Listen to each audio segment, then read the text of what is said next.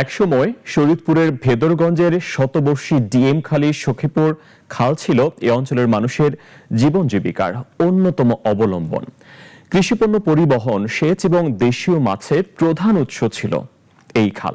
কিন্তু দীর্ঘদিন পানি প্রবাহ বন্ধ থাকায় খালটি প্রায় মৃতপ্রায় হয়ে পড়ে। অবশেষে পুনঃখননের মাধ্যমে ফিরেছে পানির প্রবাহ। সাদাত হোসেন হিরো রিপোর্ট, জানাচ্ছেন শম্পা আক্তার।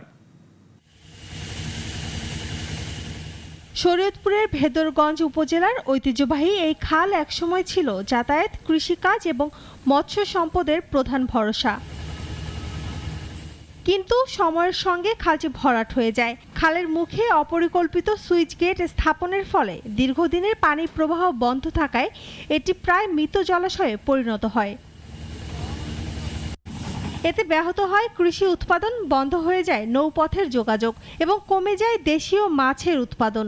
সবচেয়ে বেশি ক্ষতিগ্রস্ত হয়েছেন কৃষক ও মৎস্যজীবীরা।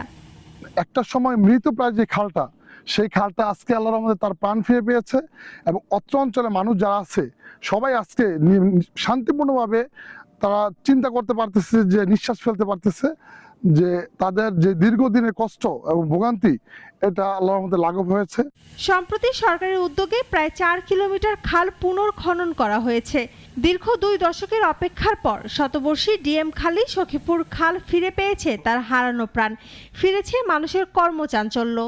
উপকার হয়, আবার সেটা কৃষকদের মনে করেন ওই যে মাছ টাছগুলি এখন দ্রুত আসবে, যেটা খাইতে পারবে, করতে পারবে। কোথাও নৌকা চলাচল শুরু হয়েছে, কোথাও কৃষকরা সেচ নির্ভর চাষাবাদের প্রস্তুতি নিচ্ছেন।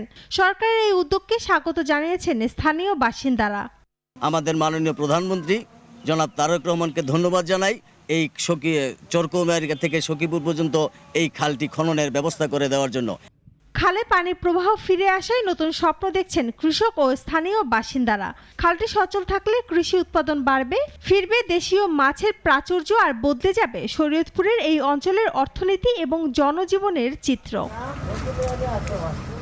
শম্পা আক্তার, নাগরিক।